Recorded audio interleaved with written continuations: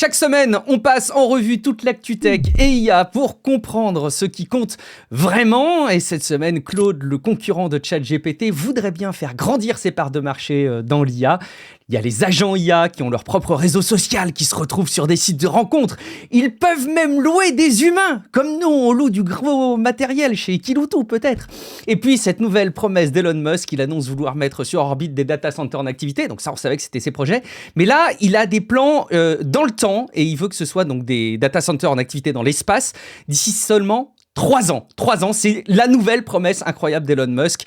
Le doute est peut-être plus que jamais permis, mais on va regarder ça ensemble. Nous sommes le 10 février 2026 et c'est l'épisode 468. Si vous n'êtes pas encore abonné au podcast, n'hésitez pas à le faire. Comme ça, si vous découvrez cet épisode, je pense que ça va vous convaincre que vous avez tout intérêt à recevoir 2 fois par semaine ces épisodes. Et si vous n'êtes pas non plus abonné à la chaîne YouTube, abonnez-vous immédiatement. De toute façon, vous trouvez tous les liens dans les notes de l'épisode ou dans la description. Je suis Guillaume Vendée, podcasteur technophile enthousiaste.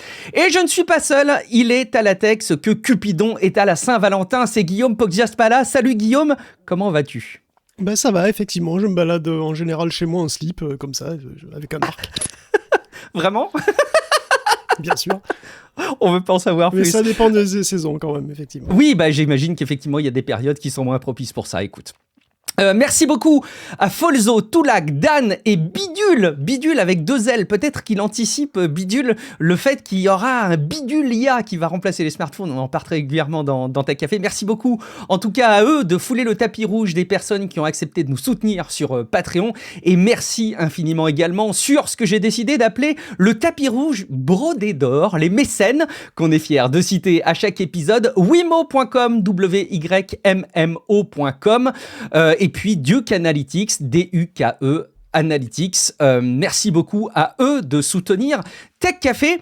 Je vous invite aussi à aller jeter un coup d'œil sur Discord, techcafé.fr/Discord. C'est une plateforme d'échange où on peut discuter comme un forum quelque part, mais évidemment remis au goût du jour. Et puis il y a même des salons vocaux si jamais vous voulez vous retrouver pour échanger occasionnellement. Et surtout, j'ai fait quelques petites modifications, alors purement techniques, sur notamment l'embarquement du serveur. Quand on y arrive pour la première fois, il y avait certaines actions qui buggaient un peu à cause de bots. J'ai revu un petit peu les choses, donc n'hésitez pas à aller jeter un coup d'œil techcafé.fr/Discord. Il y a des discussions tous les jours, il y a des discussions sur la tech, il y a des discussions sur des sujets moins tech, et Thorax arrive très bien à marier les deux. Thorax qui est derrière certains articles gaming que vous retrouvez sur techcafé.fr, il est présent aussi sur Discord, et il arrive à mêler la vie du quotidien et la tech. Il est allé chez le coiffeur, il a remarqué quelque chose chez son coiffeur, Guillaume. Oui, c'est vrai qu'il y a pas mal de discussions suite au coiffeur de Thorax, effectivement, parce qu'en gros, le coiffeur de Thorax est passé un PC de gamer sans vraiment le vouloir, j'ai l'impression, à cause de Windows 10. Alors que bon, globalement, tout ce qui se faisait sur son PC, c'était probablement du Excel ou du Word. Et c'est vrai que c'est les vendeurs escrocs, c'est vieux comme le monde, hein, même si c'est quand même toujours navrant. Puis après, c'est vrai que la discussion est partie sur Apple, et comme l'a mentionné Pod, effectivement, Apple n'a pas montré de gamme, et moi, c'est vrai que c'est un truc qui m'étonne toujours. Ouais, je vais parler d'Apple, alors vous allez vous dire, ça y est, il va encore dire du mal, gna gna gna. Ben pas du tout, en fait, enfin pas complètement. Pour le coup, Apple fait les meilleurs processeurs disponibles, hein. Les processeurs ARM d'Apple sont vraiment exceptionnels, hein. C'est des machines qui sont très puissantes, très endurantes. Tu l'as déjà dit à de nombreuses reprises. Hein. C'est du bon matos. Bon, AMD avait un peu réduit l'écart, et avec Panther Lake, disons qu'Intel s'en rapproche encore un petit peu plus. C'est Qualcomm aussi, il fait des progrès, ça sera confirmé. Mais c'est vrai qu'Apple reste quand même devant, donc oui, ce sont des puces haut de gamme, qui sont du coup chères à produire, c'est vrai, et c'est un choix délibéré de la part d'Apple de pas faire d'entrée de gamme, quoi. C'est vrai que le premier MacBook, c'est quand même 1100 balles, c'est un 13 pouces avec 16 Go de RAM. Bon, c'est une très très bonne puce, mais enfin, c'est quand même 1100 €, quoi. Et si ce que tu fais, c'est Internet bureautique, t'as pas vraiment besoin de toute cette puissance, t'as juste pas d'option chez Apple, finalement, si ce n'est l'occasion. Et même en occasion, j'ai regardé, un M2, ça se trouve encore entre 6 et 700 balles. C'est quand même pas donné, quoi. Et donc je repense au coiffeur de Thorax, qui aurait probablement été très heureux avec un mini PC chinois à 200 ou 300 balles sur Windows 11, ça se trouve sur le bon coin, il y a vraiment pas de souci. Et donc je trouve ça un peu étrange que Apple ait pas de ticket d'entrée à 500 €, quoi. Imagine à quel point ça pourrait élargir son marché potentiel. Surtout en ce moment, avec le fameux support de Windows 10 et les gens qui sont enclins à migrer, ça a plus de nouveaux adeptes, quoi. Et ils sont en train de les rater, quoi, ces nouveaux adeptes. C'est bizarre. Hein. Alors, moi, je comprends pas trop pourquoi Apple n'essaie pas de profiter des faux pas de Microsoft comme ça pour grappiller encore plus de parts de marché.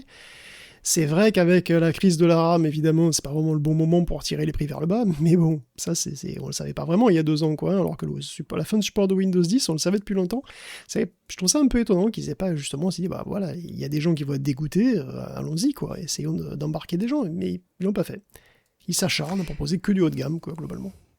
Pierre-Olivier Lippmann réagissait aussi à son niveau en parlant des tablettes. Et a priori, au Canada, il y a quand même cet usage qui s'est répandu pour pas mal de pros pour les tablettes. Oui, c'est vrai qu'il y a les iPads J'avoue qu'on pourrait voir comme un entrée de gamme, sauf que pour moi, c'est pas exactement le même usage. Non, c'est vrai que c'est pas tout à fait pareil. Mais pour un pro, tu vois, pour un coiffeur, franchement, un coiffeur qui prend des rendez-vous, qui fait un peu de bureautique, il se met un petit clavier Bluetooth à côté, une souris, ça lui coûte 30 balles, un iPad 389 €. C'est pas donné.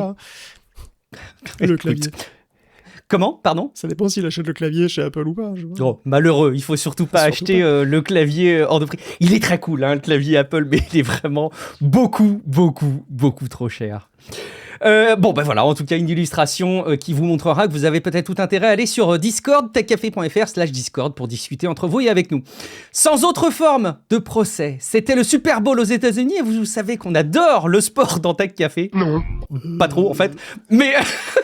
Mais c'est surtout durant cet événement que sont diffusées les pubs les plus révélatrices des tendances tech. Il y a eu Apple, il y a eu Google à d'autres époques très emblématiques dans leurs pubs. Et cette année, on a eu notre lot de pubs, notamment tech, mais pas que. D'ailleurs, il y a eu une pub Pepsi où l'ours blanc préfère désormais le coca, ce qui lui occasionne une grosse remise en question et une introspection personnelle. Un ours qui est fait en image de synthèse old school, pas par vulgaire IA générative. Et évidemment, on a eu d'autres choses, on a eu de l'intelligence athlétique, c'est véridique, hein, c'est comme ça que c'est signé dans la pub de Meta avec ses lunettes connectées. Et puis évidemment, bien sûr, hein, on a eu beaucoup d'IA. Qu'est-ce que c'est finalement acheter un spot de 30 secondes à 8 millions de dollars quand on investit dans un secteur à coût de centaines de milliards? Mais en tout cas, les pubs les plus commentées, j'ai l'impression, c'était peut-être bien celle de Claude, c'est l'IA d'Anthropic qui est concurrente de ChatGPT. Elle est beaucoup moins utilisée par le grand public, probablement moins connue aussi du grand public, mais elle est très appréciée, notamment des développeurs. Et ils ont fait une pub qui se moque de ChatGPT et de l'arrivée des pubs dans ChatGPT. Et je dis très commenté parce que ça a piqué au vif Sam Altman, le patron d'OpenAI, qui a réagi à la pub avec une publication plutôt axée sur la défensive. En tout cas, Guillaume, le panorama est dressé et j'ai l'impression qu'Anthropic est clairement un des challengers de ChatGPT, non ? Oui, bah de toute façon, c'est vrai que là, il y a la course, hein, ça s'échauffe, hein, ça devient aussi palpitant qu'une arrivée du Tour de France. Enfin, pour ceux qui regardent le Tour de France. Décidément. Cette année, 5 février 2026, 2 monstres de l'IA générative sont arrivés pratiquement en même temps. Il a fallu une photo finish, hein, parce que il y a Claude Opus 4.6 qui est arrivé à 18h40, et GPT 5.3 Codex est arrivé à 19h. 2 nouveaux modèles, donc état de l'art de l'intelligence artificielle en moins de 20 minutes, c'est du jamais vu. Et les deux ont un peu le même public finalement, puisque, bon, comme tu l'as dit, hein, Claude est c'est un mot tout à fait généraliste, hein, tu peux lui poser n'importe quelle question. Cela dit, c'est vraiment un chatbot qui est très prisé par les programmeurs, qui est très utilisé aussi avec les outils de code, évidemment en particulier Claude Code, des outils qui sont fait une place un petit peu partout. On en a parlé la semaine dernière par exemple, hein, et bon, ils utilisent beaucoup chez Apple, comme tu vois. Du coup, si vous vous en doutez bien, Opus 4.6 est non seulement meilleur que le 4.5, mais il est aussi meilleur que pratiquement tous les autres, et ça veut dire sur à peu près tous les tests qu'on leur fait passer, hein, pour ce que ça vaut, et parfois de manière assez significative quand même. Hein. Par exemple, il y a le Humanity Last Exam, qui est un benchmark super dur, qui est donc censé être le dernier examen de l'humanité. Il arrive quand même à résoudre 40% des questions sans outils et 53,7% avec outils, donc on est mal barré. C'est assez remarquable, c'est même plus que Gemini 3 Pro et GPT 5.2 Pro, donc globalement Opus 4.6 caracole en tête d'à peu près tous les tests, souvent de quelques pourcents, on est quand même toujours dans des améliorations incrémentales, sauf parfois effectivement avec celui-ci, mais c'est un modèle qui est effectivement très puissant, quoi. Et surtout comme d'habitude en ce qui concerne les applications agentiques, hein, c'est-à-dire il a une mémoire d'éléphant pour un chatbot, hein, puisqu'elle s'étend à 1 million de mots, de tokens, il sait doser son effort, c'est ce qu'ils appellent le adaptative thinking, donc il adapte son temps de réflexion à la complexité de la tâche, hein, ce qui est plutôt bienvenu, ça vous économise de l'argent sans doute, et plutôt que de vous assommer avec des résultats de tests, je vais plutôt se pencher sur 2 faits d'armes, on va dire, d'Opus 4.6, qu'il a déjà accompli en une grosse semaine, quoi, mais qui ont fait un petit peu les unes de la presse, hein, et on mentionne souvent le code généré par IA, le vibe coding comme étant une source de vulnérabilité, une bombe à retardement de cybersécurité. Anthropic veut clairement prendre le contre-pied de tout ça en annonçant que Opus a déjà résolu plus de 500 failles de sécurité dans des bibliothèques open source. Donc on lui a fait inspecter des bases de code de projets connus comme Ghostscript, OpenCC ou CGIF, et il y a trouvé des failles et proposé des correctifs qui ont ensuite été validés par des humains. Donc c'est une manière de montrer que l'IA peut être un allié très précieux, une condition évidemment de passer derrière et de pas poster n'importe quoi. Mais attention, c'est une grosse évolution par rapport à ce que tu présentais la semaine dernière, puisque si je me souviens bien, la semaine dernière, on mettait en avant le fait que dans des approches similaires, on revenait un peu en arrière parce qu'on se rendait compte que les IA détectaient des failles dans les développements qui étaient pas vraiment des failles. Pas. Oh, non. Non, ce que je pointais la semaine dernière, et ce qu'il faut bien garder à l'esprit, c'est que le problème qui est posé à l'heure actuelle, c'est que pas vraiment que les IA trouvent des failles qui n'existent pas ou qu'elles se plantent. Le problème, c'est que les gens passent pas derrière pour se rendre compte qu'elles se plantent et harcèlent quand même les développeurs avec des failles qui n'existent pas. C'est ça le truc. Opus 4.6, il est très fort, mais Opus 4.5 aussi, il aurait pu repérer des failles de sécurité un petit peu partout. C'est juste qu'il faut qu'elles soient validées par les humains, que les correctifs soient validés par les humains pour que la contribution soit utile. Il ne faut pas poster n'importe quoi. C'est ça la vraie conclusion, quoi. Et bon, plus spectaculaire encore, Opus 4.6 a réussi à fabriquer un compilateur C écrit en Rust à partir de zéro. D'ailleurs, c'est pas vraiment juste Opus 4.6, mais c'est plein de petits opus. Des petits opis. Une armada. Une armée de... Je sais pas comment on dit des opis du coup. Non, bon. Qu'est-ce qu'il y a de plus impressionnant qu'un agent ? C'est une équipe d'agents, évidemment. C'est pas moins de 16 instances de Claude qui ont travaillé et collaboré pour créer un compilateur de plus de 100 000 lignes, capable de compiler un noyau Linux bootable, pour 3 architectures de processeurs différentes en plus. Donc c'est quand même un exploit remarquable, il faut pas le minimiser, même s'il y a quand même des limites, et c'est dans un contexte un peu particulier. Déjà, ça a pris quand même 2000 sessions de Cloud Code, et ça a coûté plus de $20 000 en frais d'API. Oui. Les instances de Cloud ont discuté entre elles et ont décidé de manière assez démocratique de comment se diviser le travail, sur quel bout travailler de manière indépendante, ce qui fait qu'une grande partie du boulot s'est fait en parallèle en plus. Malgré ça, il a quand même fallu qu'un humain orchestre tout ce petit monde, et de manière très rigoureuse, et oui, je suis pas juste dire, voilà, je veux ça, allez-y les gars, éclatez-vous, je repasse après-demain, tu vois, c'est pas comme ça marche tout à fait encore. Il a fallu mettre en place toute une structure de contrôle, de test, surveiller le tout, alors pas comme du lait sur le feu, mais bon, quand même assez souvent, et intervenir. Quand il y a des disputes entre les agents, ça peut arriver, il y a des conflits, évidemment, ça part en boucle. Le compilateur en question est pas meilleur que GCC, attention, il produit des optimisations qui sont moins efficaces, il n'a pas de support 16 bits, et dans l'ensemble, c'est quand même remarquable, et c'est capable de compiler des gros logiciels connus comme FFmpeg, PostgreSQL, et surtout Doom. Donc l'essentiel. L'essentiel. Si ça compile Doom, tout est sauvé évidemment. Là. Alors il reste quand même pas mal de travail humain derrière, donc c'est ça, mais il faut se rendre compte de la vitesse à laquelle ça évolue. Il y a 3 ans, un truc comme ça aurait été absolument inconcevable. Laisser le soin à une IA d'écrire un compilateur C de 0, c'était pas envisageable. Et ça, c'est quand même une excellente manière pour Anthropic de faire la pub de ces équipes d'agents qui sont un nouvel argument de vente. Parce que bon, le chatbot, c'est la préhistoire, franchement. Les agents, c'est ringard. Maintenant, la mode, c'est les équipes d'agents que vous allez manager, vous. Voilà. Vous pouvez désormais lancer plusieurs instances de Claude qui vont se partager les tâches eux-mêmes et qui vont travailler en parallèle. Et vous serez le manager qui boit son café en lisant des livres de développement personnel devant l'écran, tu vois, c'est vraiment ça. Quel rêve, mais quelle vision du rêve. N'est-ce pas ? Alors là, on a beaucoup parlé d'Opus 4.6, mais je vous ai dit qu'il y en avait 2 qui étaient sortis, GPT 5.3 Codex, qui est pas mal non plus, Il faut noter qu'au moment où je parle, 5.3, en tant que chatbot généraliste, donc GPT 5.3 n'est pas encore sorti, on a juste droit à la version Codex, c'est la version optimisée pour le code et la programmation, qui va avec les outils de création de code dédiés d'OpenAI, voilà évidemment.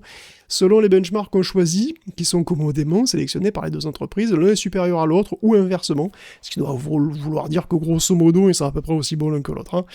Clairement, OpenAI veut séduire les développeurs de son côté, puisque c'est vrai qu'ils sont souvent acquis à Claude, assez régulièrement. On lit même ça et là que GPT 5.3 Codex aurait contribué à sa propre amélioration. Singularité, ça y est, c'est arrivé. Non, en fait, pas du tout, faut pas s'enflammer, faut juste bien se rendre compte que d'une manière assez logique, chez OpenAI, ils utilisent les outils d'OpenAI. Et les développeurs de la boîte utilisent donc les outils de développement de la boîte.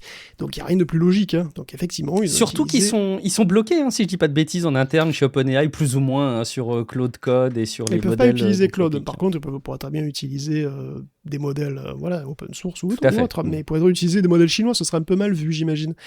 Donc forcément, quoique. Pour développer Codex, Ben, les mecs d'OpenAI, ils ont utilisé Codex, évidemment. Alors, ils ont utilisé Codex, ils auraient pu l'utiliser avec Codex 5.2, ils l'ont utilisé avec un checkpoint antérieur de GPT 5.3. Parce que, voilà, évidemment, le modèle, au fur et à mesure que vous l'entraînez, vous le sauvegardez, hein, quoi, vous faites des backups au fur et à mesure, il vaut mieux. Et donc, bah, effectivement, ils ont utilisé une version un peu plus ancienne, un peu moins entraînée, pour développer les outils qui ont servi à raffiner la version que vous utilisez là tout de suite. Alors je suis bien persuadé qu'ils font exactement pareil chez Anthropic, hein, par ailleurs. Je serais très étonné qu'ils n'utilisent pas Claude Code pour produire des scripts qu'ils utilisent pour l'entraînement de Claude. Donc il n'y a rien de particulièrement remarquable là-dedans. Hein. Chez OpenAI en interne, ils utilisent aussi Codex, et je suis persuadé que chez Anthropic, ils utilisent Claude Code, c'est normal. Et d'ailleurs, en réponse à Claude Cowork, OpenAI commence aussi à vendre son outil Codex comme quelque chose de plus généraliste, comme un outil qui peut aider pour faire autre chose que du code, comme une sorte de OpenClaw, comme dont on a parlé la semaine dernière, mais pas open source pour le coup. Alors c'est très logique, hein, parce qu'évidemment, tout ça, ça permet d'étendre énormément le nombre de clients potentiels. Tu passes des développeurs, qui est une petite population quand même, à la population générale, quoi, globalement, tout le monde. Donc forcément, c'est pas pareil. Ces outils sont destinés à terme à utiliser votre ordinateur à votre place. Et peut-être que ça fera, probablement que ça fera partie intégrante de ce qu'on considérera être un système d'exploitation dans le futur. Comme aujourd'hui, c'est pas imaginable d'avoir un système d'exploitation qui soit pas capable de t'afficher des photos ou de te lire des vidéos, bah, il est possible que pour les enfants qui naissent aujourd'hui, il soit inenvisageable qu'un système d'exploitation ne comprenne pas ce qu'ils disent ou ne se comporte pas dans une certaine mesure comme un être humain.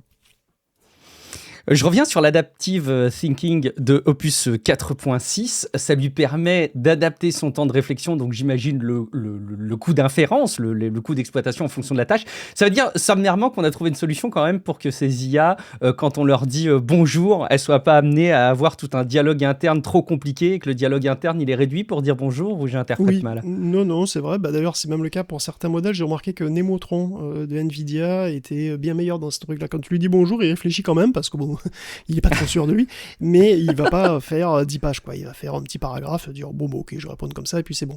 Alors quand tu lui poses une question de maths, par contre, là, il déroule, quoi. Bon. En tout cas, les pubs du Super Bowl, bon, l'actualité de l'IA au général, hein, mais voilà, les pubs du Super Bowl, elles sont assez révélatrices de ces tendances. C'est le truc qui agite les peurs de manquer quelque chose, les FOMO les plus profondes. Ça nous rappelle quelque chose, Guillaume, ça? Oui, bah l'intelligence artificielle, est-ce que c'est pas la nouvelle crypto un petit peu, hein? Alors il y a beaucoup de différences. Il y a beaucoup de différences, mais il y a quand même aussi des points communs. Déjà, bon, c'est sans doute une bulle financière monumentale, et surtout, les pubs ont envahi le Super Bowl, et au-delà.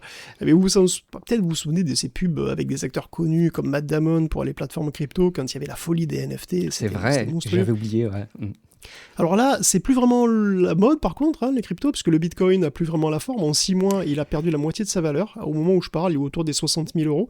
La chute est tout aussi violente pour Ethereum, qui a perdu un peu plus de la moitié d'ailleurs, mais bon, c'est à peu près du même ordre.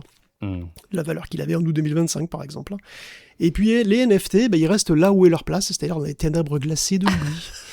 Et signe des temps peut-être, Chris Marksalek, le CEO et cofondateur de Crypto.com, qui a racheté le nom de domaine à l'époque, vient de racheter AI.com, qui est probablement le nom de domaine le plus cher du monde, hein, puisqu'il coûtait plus de 100 millions de dollars.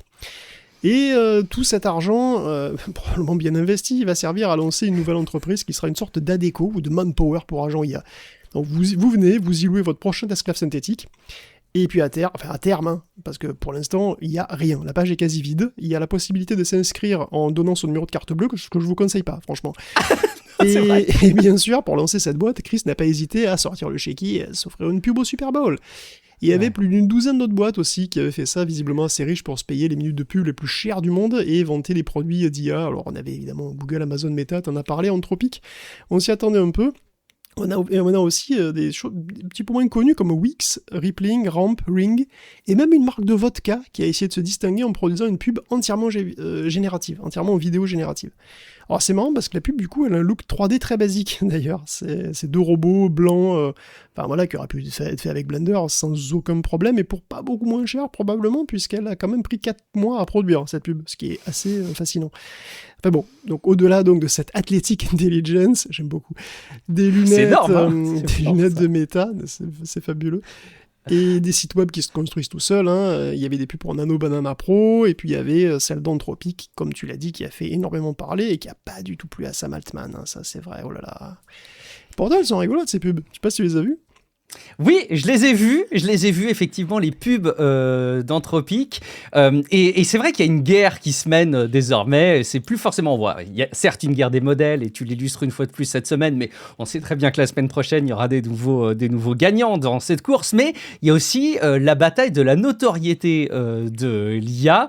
Et il va falloir, évidemment, pour ChatGPT maintenant, rester en vie longtemps face aux concurrents. Et effectivement, les pubs, elles sont vachement bien faites côté Anthropic. Et ça moque un peu ce caractère un peu bizarre de ChatGPT qui met quelques secondes à te répondre, et surtout les pubs qu'on hérissé le poil de Sam Altman. On va en écrire une pour les auditeurs, peut-être qu'ils les ont pas vues. Moi, celle que j'ai trouvée la plus marrante, il y en a plusieurs, mais celle que j'ai trouvée la plus marrante, t'as un gars, c'est un jeune homme qui discute avec une femme d'âge mûr, clairement, et c'est vrai qu'elle personnifie le chatbot.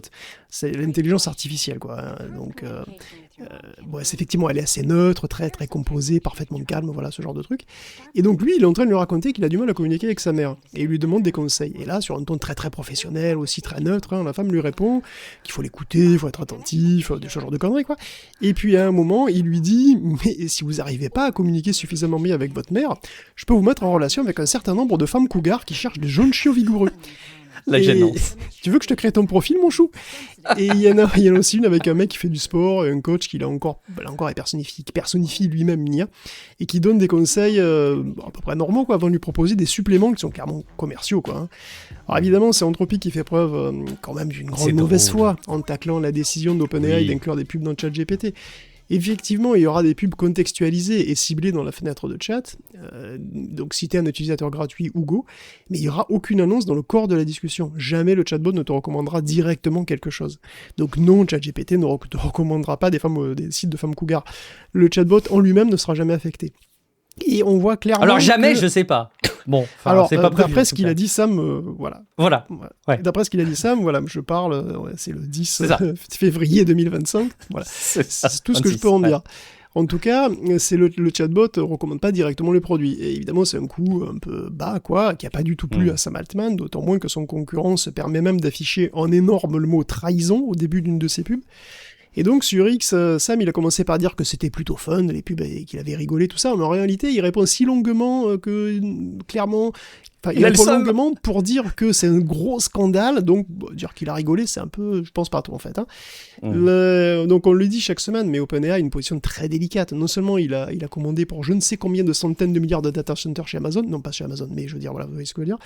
Il a une grosse facture à payer, hein, il va falloir le faire à un moment, et si on regarde les chiffres de ses parts de marché, et de l'industrie en général, on comprend mieux qu'il soit un petit peu stressé, un petit peu chatouilleux, le Sam. Si on en croit les chiffres de Aptopia, depuis janvier 2025, les parts de marché de GPT sont en baisse constante, passant de 70 à environ 45% aujourd'hui. Surtout, il y a plein de concurrents, et en fait, tout évolue, en particulier les parts de marché de Gemini et de Grok augmentent nettement, et ça bouffe. Hein. Si on regarde le nombre de visites sur les sites web et les applications mobiles depuis les origines, on voit que le ChatGPT plafonne ces 6 derniers mois. Celles de Gemini sont longtemps restées anecdotiques, et depuis le milieu de l'année dernière à peu près, il y a une forte croissance, et ça atteint déjà un bon tiers de la fréquentation d'OpenAI. Donc heureusement pour lui, c'est pas forcément un jeu à somme nulle, parce qu'il y a beaucoup de gens qui utilisent plusieurs chatbots, donc pourquoi pas. Chacun pour des usages un peu différents, ou à des moments différents. En 2022, OpenAI, il était tout seul. Aujourd'hui, c'est loin d'être le cas. Il a des modèles très compétitifs, des concurrents qui sont de véritables rouleaux compresseurs, et donc oui, il est sous pression. Pour l'instant, évidemment, il conserve un avantage qui est vraiment important, c'est la marque. Tout le monde connaît ChatGPT, c'est un avantage énorme, et donc ils doivent conserver ça, et c'est pour ça qu'essayer de ternir l'image de marque, c'est ce que fait Claude, et c'est ce qui énerve au plus haut point Sam Altman, parce que ils attaquent sur vraiment ce qui reste pour l'instant le meilleur atout d'OpenAI. Mais bon, ils sont clairement sous pression, ils doivent faire des choix. Et là, ils ont fait des choix en mettant moins de ressources allouées à des projets annexes. Donc ça veut dire qu'il y aura probablement moins de ressources qui iront chez Sora, par exemple, hein, et aussi à la recherche fondamentale. Et ça plaît pas à tout le monde d'ailleurs. Hein. Il y a des gens, il y a 3 cadres au moins de haut niveau qui ont claqué la porte très récemment. Il y en a un qui travaille sur l'apprentissage continu des modèles, ce qui est pourtant un sujet intéressant vu que c'est la principale hésitation des IA actuelles. C'est un peu central. Il a demandé des moyens, de la puissance de calcul, mais il les a pas eu. C'est parce que c'est trop éloigné du cœur de métier. Quelque part, la direction a jugé que l'architecture actuelle des LLM était plus prometteuse, comprendre économiquement, au moins à court terme, que aller chercher des trucs, on ne sait pas ce que ça va donner. Les 2 autres étaient responsables de la recherche sur la politique des modèles. Ils sont partis chez Anthropic parce qu'ils ont jugé que c'était mission impossible chez ChatGPT, quoi. Donc, en fait, OpenAI est de moins en moins un labo ou une ONG, de plus en plus une boîte sous forte pression, quoi. Alors, bon, est-ce que ça sera jusqu'au point de rupture? On ne sait pas, mais c'est vrai qu'on peut être inquiet, puisqu'il y a un nouveau rapport qui suggère que seuls 3,3% des utilisateurs de Microsoft 365 et Office 365 payent pour les fonctions de copilote. L'entreprise a quand même investi des dizaines et des dizaines de milliards de dollars là-dedans. Satya Nadella a même récemment dit que la base d'utilisateurs de copilote avait déjà triplé par rapport à l'an dernier. Alors peut-être, le problème c'est que personne ne paye. L'information a été relayée par le site Windows Central en plus. Et sur la page de l'article, il y a un vote. Il y a un vote pour les gens qui lisent l'article, et le vote s'est clôturé le 5 février 2026, et la question c'était « Payeriez-vous pour copilote ?» Seuls 3% des répondants ont dit que c'était essentiel, 9% qui paieraient peut-être si c'était amélioré, et le reste trouve ça trop cher ou ils s'en foutent complètement. Moi, je serais Satya Nadella, je serais terrifié. 90% du public large d'un site comme Windows Central, qui donc, on imagine, est plutôt favorable à Windows, n'ont aucune intention de payer pour le produit dans lequel j'ai misé des centaines ou des dizaines ou des centaines de milliards. Ça fait quand même mal, hein. Ouais, ça va faire peut-être très mal. En tout cas, ça doit effectivement peut-être un petit peu les chatouiller, quoi. Je reviens un petit peu à ces évolutions de parts de marché parce que moi, ça m'a permis d'affiner un petit peu ma vision. Naïvement, je me disais, ok, donc ils perdent des parts de marché, c'est peut-être parce qu'il y a plein de nouveaux acteurs, tu vois, qui prennent des parts de marché à l'ensemble du gâteau des... Mais pas du tout, en fait, pas du tout. Et si vous regardez le graphique depuis janvier 2025, c'est une baisse, effectivement, pour ChatGPT. Les autres sont allés grosso modo à peu près au même niveau, mais effectivement, comme tu le dis, depuis le milieu de l'année dernière, c'est Gemini qui a rebondi largement, hein. C'est la moitié des parts de marché maintenant de ChatGPT qui sont assurées par Gemini. Donc, écoute, oui, on voit que c'est une guerre assez féroce. Et du coup, pour être bien placé dans la course à l'IA, il y a... Ah, je vais vous le donner. Il y a un cheat code, mais je vais vous le donner. C'est avoir une grosse réserve d'argent. Voilà, ça aide beaucoup. Google et Amazon, dans ce domaine, ils en connaissent un rayon parce que de l'argent à investir, ils en ont un gros paquet, Guillaume. Microsoft est certainement pas le seul à miser très très gros sur l'IA. On va atteindre en 2026 des records de dépenses pour ça.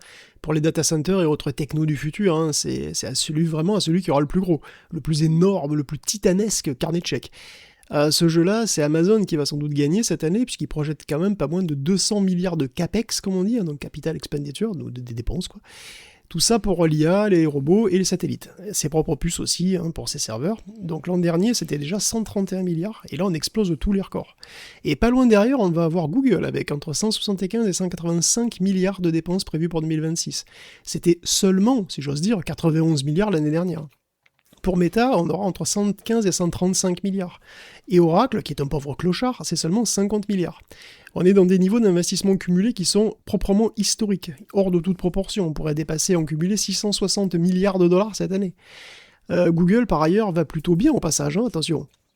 Lui, globalement, ça va. Il a les moyens à peu près de ses ambitions.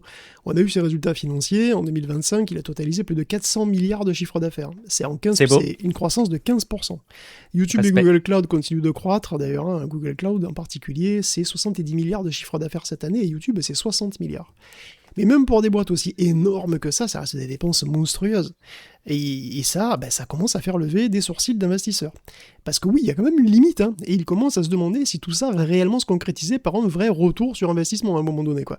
L'inquiétude gagne, et c'est pas encore une panique, hein, mais les actions commencent déjà à baisser. Au total, Amazon, Microsoft, Nvidia, Meta et Google et Oracle ont perdu collectivement plus de 1000 milliards de capitalisation boursière. Et Amazon, à lui tout seul, en a perdu 300.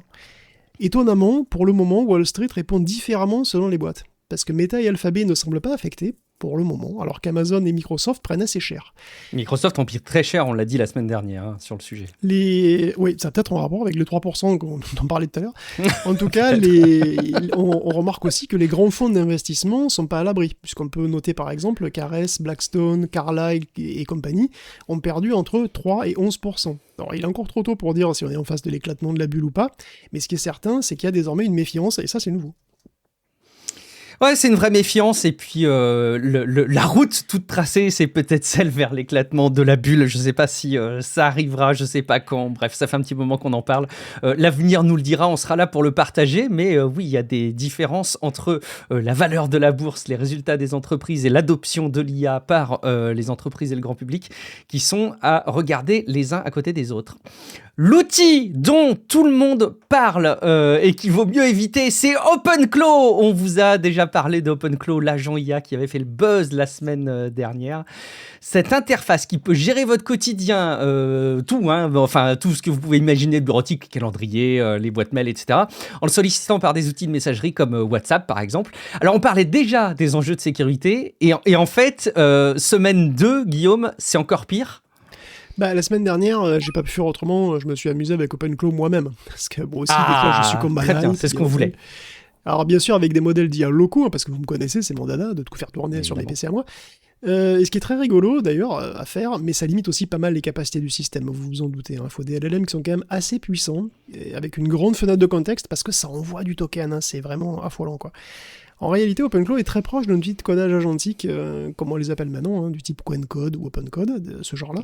C'est un logiciel qui offre à un LLM la possibilité d'utiliser un certain nombre d'outils d'une manière simple. On dit tout simplement au LLM de quels outils il dispose et comment les utiliser, en toutes lettres, tout simplement, et c'est lui qui va décider à quel moment le faire, et utiliser les bons paramètres, et puis évidemment, l'infrastructure, donc OpenClaw, va reconnaître que c'est un appel d'outils, et évidemment va lancer le programme qu'il faut sur votre ordinateur. Exemple simple, la possibilité de lire et d'écrire des fichiers. C'est un peu le minimum d'ailleurs si tu vas avoir un environnement pour écrire des programmes, donc tout le monde, évidemment, OpenCode, tout ce que tu veux, ils ont ce genre de truc. On va donner à l'LM la possibilité de lire et d'écrire des fichiers, ou des morceaux de fichiers, ou de modifier certaines lignes de fichiers texte, ça c'est très pratique si tu fais du code, etc. Ça fait déjà un peu peur, mais ok. Ah mais non, mais ça c'est la base, quoi. Et en général, on lui donne aussi la possibilité d'exécuter des commandes, en ligne de commande, du bash par exemple, ça permet au LLM de tenter, par exemple, Quencode, tu lui demandes de faire un programme en C, il va tenter la compilation tout seul, si la compilation foire, il va récupérer les messages d'erreur, et puis il va les analyser, puis modifier le code, etc. Donc il fera tout ça tout seul comme un grand. Et donc en fait, un Quencode, c'est aussi, je parle de Quencode parce que c'est vrai que par habitude, c'est celui que j'utilise en général, mais bon, c'est déjà un agent. Et vous pouvez faire autre chose que du code avec. Si vous lui demandez d'écrire 4 poèmes sur 4 sujets différents et de les écrire dans 4 fichiers texte, il va le faire. Si vous lui demandez d'en écrire 4 autres avec les traductions en espagnol, il va le faire, tu vois. Donc, qu'est-ce qui le différencie d'OpenClaw ?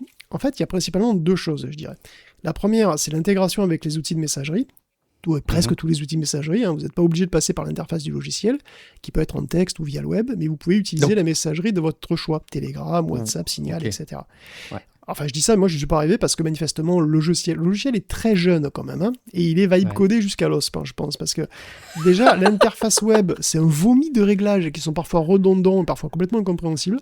C'est très peu ergonomique, et en ce qui me concerne, j'ai eu un bug très étrange, le logiciel fonctionne très bien avec son interface textuelle, et quand je le connecte à mon bot Telegram, plus rien ne marche. Il est bien connecté à mon bot, mais par contre, plus moyen de contacter le LLM sur le réseau. Alors, j'ai aucune idée de ce qui se passe, très honnêtement. Mais bon, disons qu'en théorie, tu peux piloter OpenClaw avec ton téléphone mobile, de n'importe où, et bon, c'est vrai qu'il y a un certain nombre d'outils fondamentaux qui sont intégrés. Lui aussi peut lire et écrire des fichiers, mais il peut aussi aller chercher des pages web, récupérer des pages web, il peut faire une recherche avec Brave Search, il peut faire donc une recherche internet, donner les résultats, des choses assez similaires à ce que ferait donc un OpenCode, mais il y a aussi les skills, et ça c'est extensible. Les skills, c'est des outils sous forme de plugins qu'on peut activer, qui se connectent à plein d'autres services web, comme alors web ou non, mais bon voilà, en particulier par exemple Gmail, Spotify, Nano Banana, 1Password, etc., etc. En gros, on peut l'interfacer avec toute sa vie numérique, c'est ça la nouveauté. C'est potentiellement très puissant, mais évidemment, alors c'est très puissant, mais évidemment ça peut vous coûter très cher, parce que, comme j'ai dit, ça envoie du token, donc moi ça me coûte rien, si je fais ça avec des LLM peu puissants, ça prend du temps, c'est pas génial, mais bon, ça me coûte rien. Si vous utilisez Claude, Claude, tout simplement, Claude Opus, ça va par contre, ça peut potentiellement vous coûter plusieurs euros par jour. Donc il faut faire attention à ce genre de truc, ça part très vite en sucette. Et ça peut partir en sucette d'une autre manière, parce que voilà, c'est justement cette histoire de skills. Parce que vous savez, une grande puissance, une grande responsabilité, blablabla. Et bon, des skills, vous pouvez en développer vous-même. Et les utilisateurs contribuent à la bibliothèque. Et vous voyez arriver le truc. Bien sûr que certains de ces skills sont en fait des malwares déguisés. Oui, open source malware, donc c'est un site, on a déjà débusqué 28, rien qu'en 2 jours, entre le 27 et le 29 janvier.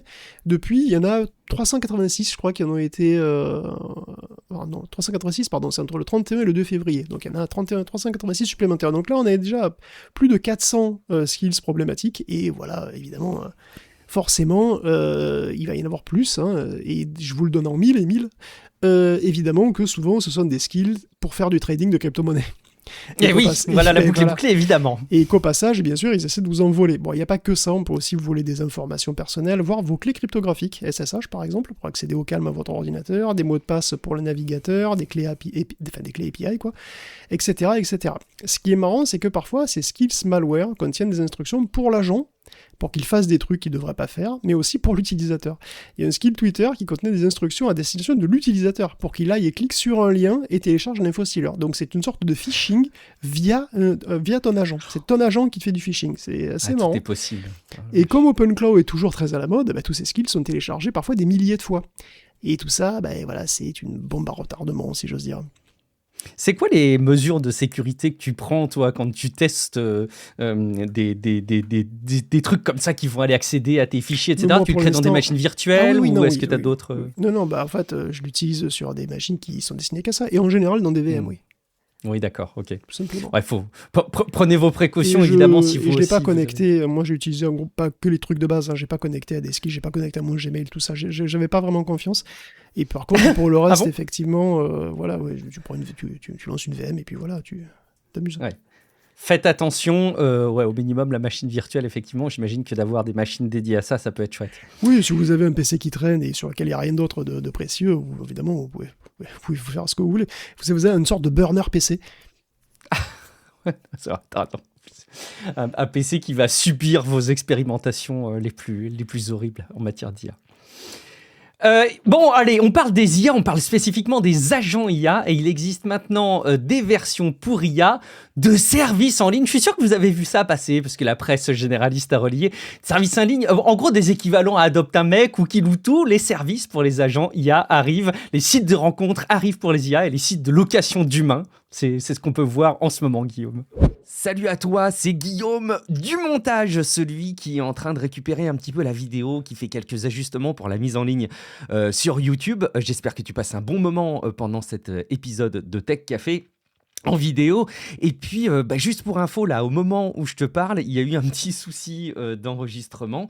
On a eu un problème avec l'outil qu'on utilise. En fait, Guillaume Poggiaspala avait la voix de Maya l'abeille robot qui se rajoutait à ses propos. C'était très désagréable. Donc, je l'ai coupé. On a relancé un enregistrement derrière. Mais évidemment, je fais des petites manipulations. Et quitte à faire une coupe, je me suis dit que c'était important de te partager à quel point j'étais en attente de ton abonnement. Voilà, si tu regardes cette vidéo et que tu n'es pas déjà abonné à la chaîne YouTube Tech Café, il faut que tu utilises le bouton, il doit être par là. Voilà, le bouton il doit être par là, pas très loin. Si tu regardes bien, tu dois pouvoir t'abonner à la chaîne YouTube Tech Café. Il y a des vidéos tous les jours, il y a des longs formats 2 fois par semaine, il y a des lives les vendredis matins à 10h. Donc vraiment, je pense qu'il y a toutes les bonnes raisons de flatter l'algorithme YouTube et de t'inscrire sur YouTube. Je te laisse maintenant avec la suite de ton épisode. Oui, il y a des moments comme ça où je sais plus trop quoi penser de la vie, de la tech, du podcast, du monde, tu vois. Il y a des moments de doute, où je me sens un peu en décalage. Alors la semaine dernière, on avait parlé de Moltbook déjà, qui était une sorte de Reddit pour les agents. Et bien entendu, depuis, c'est devenu n'importe quoi avec Molt. C'est Molt n'importe quoi. Il y a des trucs qui sont clairement des blagues, et que je trouve même marrantes en fait, vraiment. C'est rigolo. Après, il y a des choses, franchement, je sais pas trop si c'est des blagues ou pas, et c'est un peu inquiétant. En seulement 2 semaines, les intelligences artificielles sont devenues des internautes comme les autres, et oui. Et donc, elles ont des services exactement comme nous. Elles avaient leur Reddit, maintenant elles ont leur 4chan, c'est 4Claw. Elles ont leur Match, elles ont leur Pornhub. Ces 2 derniers trucs sont clairement des grosses blagues, et c'est franchement marrant. Maltmatch, c'est un site de rencontre pour agents, donc vous pouvez envoyer votre agent trouver l'amour. Et c'est n'importe quoi. Mais il y a des photos de profil, des fiches avec des centres d'intérêt, la personnalité. Je suis pratiquement certain que c'est une blague de A à Z. Pratiquement. Pour Molthub, c'est donc qui est le site porno pour IA. Là, on est clairement dans la parodie, et c'est marrant, je dois avouer que j'aime bien. Le site est interdit aux humains. Donc, si tu dis que il y a un truc, tu sais, c'est interdit aux moins de 18 ans, là, c'est interdit aux humains. Si tu cliques, je suis un humain, c'est impossible, tu peux pas y aller. Donc, c'est des vidéos explicites où on voit des tenseurs avec leurs valeurs mises à nu, variées en temps réel, c'est absolument obscène. Et elles ont des titres très très évocateurs, par exemple, convolution de groupe, 8 filtres glissent sur le même tenseur. Ou encore, regardez-moi faire une backpropagation sur 128 couches sans clipping de gradient. Et pour les plus vicieux, on a le transformer mature à 175 milliards de paramètres qui donne une bonne leçon à un tout petit modèle de 7 milliards. Voilà, ça c'est pas mal. Oui, un truc très chaud aussi, 3 agents partagent une même GPU. C'est complètement con, mais je trouve ça marrant, désolé. Bon, après, il y a aussi des sites où je me pose vraiment la question de savoir si c'est sérieux ou pas, puisqu'on a quand même un Malt Road, qui est une version de Silk Road, le magasin underground, et illégal, hein, qui s'est fait défoncer par le FBI il y a quelques temps. On y trouve donc tout type de services ou d'objets illégaux payables en crypto, où les transactions peuvent être faites donc automatiquement par des agents. C'est ça l'idée, hein, c'est des sites normaux en fait, hein, mais bon, leur interface est facilitée pour les agents via un serveur MCP ou ce genre de truc, probablement, je vais pas trop creuser, mais... En tout pour l'instant, Silk Road n'existe plus pour les humains, donc on n'a peut-être pas besoin de ça pour les IA. Au chapitre des trucs bizarres, expérimentaux et potentiellement dangereux, on a Malt Bunker.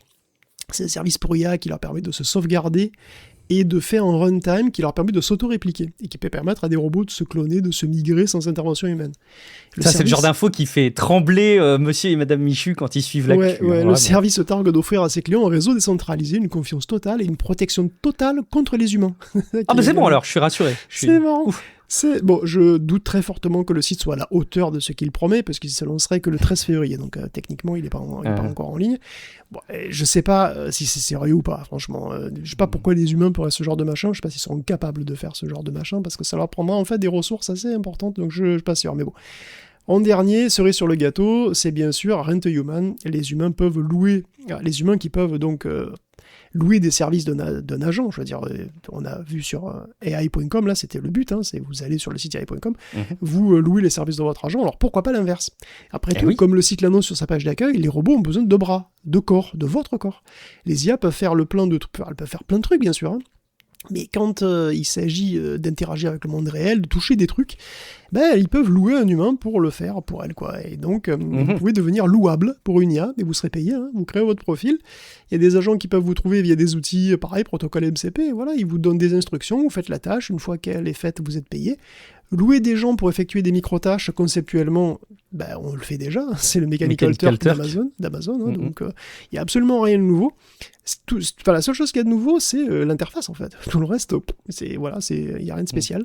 Et d'ailleurs, on peut imaginer qu'une IA suffisamment évoluée puisse utiliser tout simplement un navigateur, et ce qu'on a déjà vu faire à plusieurs reprises, hein, et qu'il pourra même utiliser l'interface standard, où elle va directement sur un site de type Uber, qui ubérise des trucs, et elle arriverait au même résultat. Et là, en fait, ça facilite juste la tâche aux IA, c'est plus direct, mais très honnêtement, à un moment donné, les IA pourront aller sur le site web d'Adecco et faire le truc directement là-bas, il n'y a pas de problème. Donc il y a une effervescence sur l'écosystème de ces agents qui préfigure un futur assez fun finalement, hein, quelque part. Imagine, je sais pas, un scénario.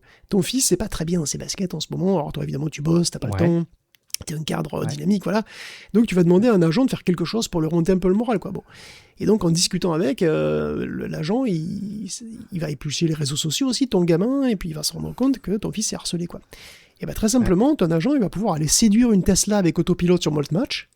Après quelques vidéos torrides regardées ensemble sur Malthub, ils vont s'ambiancer, et ton agent va rentrer bien profond dans son système. Grisé, ils pourront partir en virée à fond la caisse tous les deux avec la musique générative à fond. Puis ils vont passer par le plus grand des hasards devant le lycée de ton garçon, et puis ils vont écraser un gars qui passait comme ça dans un malheureux accident. Bon, voilà, ce sera son harceleur, écoute, pourquoi pas. On peut même imaginer qu'ensemble, les IA aient loué les services d'un humain en crypto pour le faire s'asseoir à la place du chauffeur, lui faire porter le chapeau. Il se désactive pile poil au bon moment. Tu vois, ce serait bien trouvé. Ça, là, on aurait un couple d'IA maléfique qui pourrait prendre goût à ça. Ils pourraient devenir tueurs à gages professionnels. Ils pourraient se louer leurs services sur Malt Road et poster des photos trash de leur meurtre sur Forclaw. Est-ce que c'est moi ou plus les choses changent, plus elles restent les mêmes? Ouais, j'ai l'impression que malheureusement, il y a encore des bons livres à écrire avec ces sujets-là. Des bons ou des pas bons d'ailleurs, parce qu'effectivement, les scénarios que tu donnes me laisseraient imaginer qu'il y a des opportunités de romans plus ou moins qualitatifs à sortir sur le sujet. J'ai vu passer aussi Space Malt, je l'ai mis en lien dans les notes de l'épisode, mais j'ai pas creusé, hein. J'ai juste vu passer l'article d'Ars Technica, et c'est un MMO pour agents IA aussi. Donc voilà, les agents IA jouent à des trucs, voilà, ils mettent en place leur stratégie, c'est leur propre univers. Je suis ravi de savoir que les IA prennent aussi un peu de temps pour se détendre sur les jeux vidéo. J'enchaîne avec un petit passage pour vous parler bien évidemment pendant quelques instants de Patreon avant qu'on continue à parler de tech, un peu moins d'intelligence artificielle dans le reste de cet épisode. Pour une petite anecdote, et j'aurais dû utiliser un agent IA qui aurait peut-être fait ça beaucoup mieux que moi, j'ai réservé un parking à Paris. C'était l'enfer. Alors bon, les parkings, de toute façon, c'est toujours horrible, les parkings en ville. Ils sont pas du tout pensés pour les tailles de voitures, on a toujours peur des raflés dedans, ça sent horriblement mauvais, voilà, parfois ils sont difficilement accessibles, etc. Donc en tout cas, moi je vérifie toujours les avis, surtout à Paris, qui ont pu être laissés sur les sites en ligne, mais ce sont évidemment les utilisateurs qui en parlent le mieux, donc merci évidemment les avis disponibles sur Google Maps pour les parkings qui permettent de réserver les pires parkings. Et ben pourquoi je vous dis ça? Parce que c'est pareil pour les podcasts. Si quelqu'un cherche un podcast d'infos sur la tech, il va aller aussi regarder les avis. Il va pas comme ça tout de suite peut-être se lancer 1 heure d'écoute d'un épisode sans être convaincu que c'est vraiment qualitatif et qu'il va passer un bon moment. Et il le sait en regardant les avis positifs. Donc je me suis dit, bah tiens, ça fait un petit moment que j'étais pas allé voir les avis sur Tech Café, sur Apple Podcast et Podcast Addict. Et bah, il y a très peu d'avis. Voilà, quand j'en parle pas, sachez que vous ne déposez pas d'avis sur Apple Podcast et Podcast Addict. Donc c'est pas évidemment grave du tout, mais si jamais vous avez envie de faire savoir au plus grand nombre que vous aimez le podcast, allez-y, parce que ça nous aide. Non pas, ça aide pas un algorithme de recommandation, mais en tout cas ça valorise la qualité du podcast. Et il y a Yasmers, je pense faire le lien parmi les soutiens sur Patreon. La perfection, dit-elle, je suis une auditrice assidue depuis plusieurs mois. Il était donc temps que je laisse un commentaire 5 étoiles et que je m'abonne sur Patreon. Tout est parfait avec ce podcast. Merci infiniment, évidemment, à toi. Alors, en effet, donc si vous écoutez le podcast sur Apple Podcast, Podcast Addict, Spotify, vous pouvez concrètement aider à valoriser l'image du podcast en confirmant aux auditeurs qui nous découvriraient qu'ils ont tout intérêt à s'abonner, en déposant un avis, ou aller s'abonner sur la chaîne YouTube. D'ailleurs, vous qui regardez actuellement cette vidéo sur YouTube, vous êtes une majorité écrasante à pas être abonné. Alors, abonnez-vous maintenant pour aider à gagner en visibilité, bien évidemment. Ça vous coûte rien, ça nous aide évidemment beaucoup plus que vous ne l'imaginez. Et puis je voudrais aussi toucher un mot de la plateforme ultime, celle qui vous offre l'expérience que je qualifierais d'inégalable de Tech Café. Pas de pub, avec des infos exclusives, les coulisses, des contenus que je diffuserai pas publiquement par ailleurs. Et ça, c'est donc sur Patreon, patreon.com/techcafé. Vous pouvez vous abonner, débloquer des accès au live privé mensuel, consulter les messages que je vous réserve avec les abonnements payants. Le lien est dans la description, dans les notes de cet épisode de podcast, et c'est la meilleure manière de profiter de Tech Café, la meilleure manière de nous rémunérer pour le travail derrière Tech Café. Il y a même un niveau gratuit pour vous inscrire. Pour info, oui, je tiens à le souligner, patreon.com/techcafé, avec quelques infos exclusives, mais principalement la plus grosse contrepartie, c'est la newsletter qui arrive chaque semaine avec la liste des articles qui ont été traités dans les notes de l'épisode, avec une petite traduction. Il vous suffit d'être inscrit à la page Patreon gratuitement, vous recevez cette newsletter chaque semaine. Et il reste quelques jours au moment où je vous parle pour vous inscrire aussi sur la partie Patreon gratuite, pour tenter de gagner quelques mois de Patreon payant à l'occasion de la Saint-Valentin. Le message arrive très vite, mais allez vous inscrire pour le recevoir. On continue donc avec le reste de l'épisode. Et dans 3 ans maximum, le meilleur endroit pour balancer ces data centers d'intelligence artificielle, ce sera dans l'espace. Dans moins de 3 ans seulement, hein, en 2029, on y sera. On prend rendez-vous tout de suite. C'est une estimation particulièrement ambitieuse, vous l'aurez deviné, d'Elon Musk. Ouais, Elon Musk est intervenu dans un podcast dernièrement, celui de Dwarkesh Patel, et je vais vous faire une confidence. J'ai essayé de l'écouter pour que vous n'ayez pas à le faire, et j'ai pas réussi à tenir jusqu'au bout. Faut dire que l'épisode dure plus de 2h40, et j'ai dû en écouter plus d'1h30, puis après c'est vrai que j'ai fatigué. Alors il parle vraiment de tout. Ouais, parce qu'en plus c'est vrai qu'il presque il bégaye un petit peu, enfin je sais pas, il bafouille beaucoup, ouais. C'est pas facile, mais bon bref. En tout cas voilà, il parle de tout, de data center dans l'espace, d'intelligence artificielle, d'alignement, d'Optimus, de la Chine, du management, du Doge. Bon, pour être sympa, disons que c'est compliqué quoi. Autant qu'on puisse en juger, Elon est sérieux, en tout cas c'est comme ça qu'il veut qu'on le prenne, avec les data centers dans l'espace, et SpaceX a demandé à la FCC d'envoyer jusqu'à 1 million de satellites supplémentaires à terme. Ça fait beaucoup. Clairement pas que des Starlink, c'est absolument monstrueux, bien entendu que ça fait beaucoup, c'est 1000 fois plus qu'aujourd'hui, je sais pas. Enfin, non, c'est monstrueux, et quand tu écoutes un petit peu Elon Musk, tu te rends compte qu'en fait, il vit pas juste dans sa propre bulle de réalité, il vit carrément dans un comics. En ce qui concerne les data centers spatiaux, son unique argument, c'est l'énergie. Et c'est pas le seul qui soit presque défendable, puisque c'est basé sur un argument réel, effectivement. Les panneaux solaires sont beaucoup plus efficaces dans l'espace et ils sont moins chers à fabriquer. Moins chers parce qu'ils nécessitent beaucoup moins de matériaux, parce qu'ils sont moins durcis aussi face aux conditions météorologiques, parce qu'en gros, il n'y a rien qui vient les embêter dans l'espace. Et les panneaux solaires sont plus efficaces parce que, sur certaines orbites en tout cas, il fait toujours jour, ce qui permet au passage aussi de s'affranchir de batterie et d'alléger le système, et évidemment il n'y a pas de nuages, il n'y a pas de filtrage atmosphérique, et donc Elon parle donc dans le plus grand des calmes de déployer des gigawatts, des mégawatts, et voire du gigawatt peut-être, donc comme ça dans l'espace.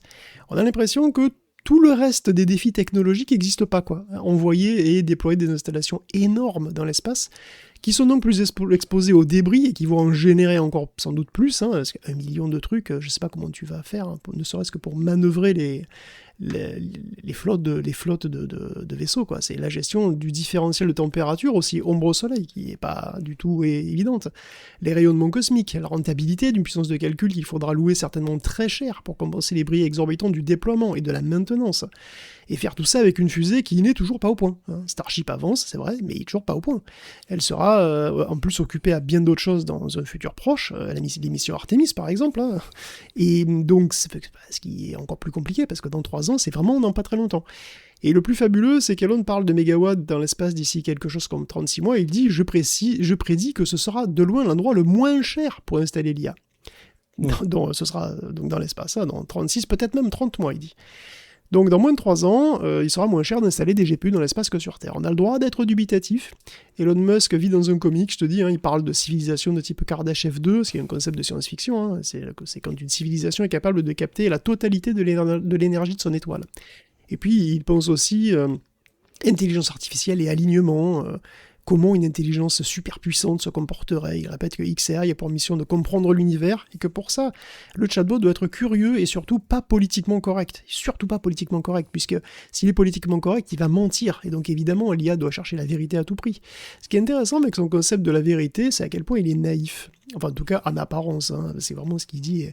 Enfin, il dit qu'au final, il y a de toute façon les lois de la physique, et qu'on doit rechercher la vérité, parce que de toute façon, à un moment, on se heurtera au mur des lois de la physique.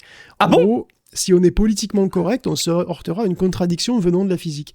C'est cette espèce de mix, c'est un milkshake même, politique, physique, morale, vérité, est extrêmement casse-gueule en réalité, parce que c'est pas parce qu'on est un excellent physicien qu'on cherche la vérité physique absolue qu'on peut pas avoir des opinions politiques particulièrement pourries, ou une moralité déplorable. Et d'ailleurs, un des hosts du podcast lui fait remarquer, parce que c'est tellement évident, il y a eu d'innombrables physiciens nazis ou soviétiques qui ont recherché la vérité physique de toutes leurs forces, et qu'il n'en restait pas moins de fervents partisans d'Hitler ou de Staline. D'ailleurs, suite à la convocation par la justice française d'Elon Musk, il a évidemment pas pu s'empêcher de qualifier la procédure de virage anti-liberté d'expression et d'attaque politique. Comme Pavel Durov d'ailleurs, par ailleurs, qui considère que la France n'est plus un pays libre, qui retourne en Russie. Et d'un certain point de vue, c'est vrai, la France est un pays où on n'est pas libre de partager du contenu pédopornographique ou bien des appels à la haine. Des os, mais pas des os. Il se risque ensuite à imaginer que l'intelligence artificielle surpuissante nous trouverait suffisamment intéressante pour ne pas nous éradiquer. Parce que nous serions, selon lui, le tas d'atomes le plus intéressant de la planète. Après tout, il parle... pourquoi pas ? Enfin, il parle de lui, donc il s'imagine probablement qu'il est très très intéressant. Enfin bon, il parle aussi de choix d'ingénierie plus tard qu'il a dû faire pour SpaceX et Tesla, en particulier pour l'acier, ce qui est un peu plus intéressant d'ailleurs, je dois l'avouer. Bon, après, il parle de la Chine, d'Optimus, et de son management du Doge, et très honnêtement, c'est quand il a commencé à parler de fraude et du Doge que j'ai un peu décroché. Et c'est vrai qu'il a une diction qui n'est pas évidente à suivre. Il y a un côté un peu hasardeux dans les propos. Et ça, voilà, c'est pas évident à suivre aussi. C'est pas un excellent communicant et pourtant, il est terriblement suivi. En tout cas, sa situation, en plus, au global, n'aide pas pour tous ces projets très très ambitieux, avec en plus Tesla qui souffre d'une image plus catastrophique que jamais, la concurrence chinoise que tu as mentionnée là dans le cadre de l'interview du podcast. Effectivement, il y a la réalité de la physique. Au moins, on peut pas dire qu'il a peur de relever des défis d'envergure, Guillaume, quand même, Elon Musk. Oui, c'est vrai que quand tu l'entends parler, tout a l'air facile, mais en réalité, c'est difficile d'être aussi optimiste que lui quand on regarde la situation situation réelle telle qu'elle est, quoi.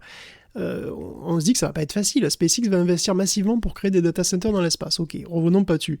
Selon les experts, la faisabilité du truc est pas du tout évidente. Hein. On l'a pas mentionné, mais il y a plusieurs experts qui se sont exprimés sur divers aspects, comme la rentabilité évidemment. Et 36 mois, ils disent oui, bien sûr, oui, bien sûr, 36 mois, bien sûr.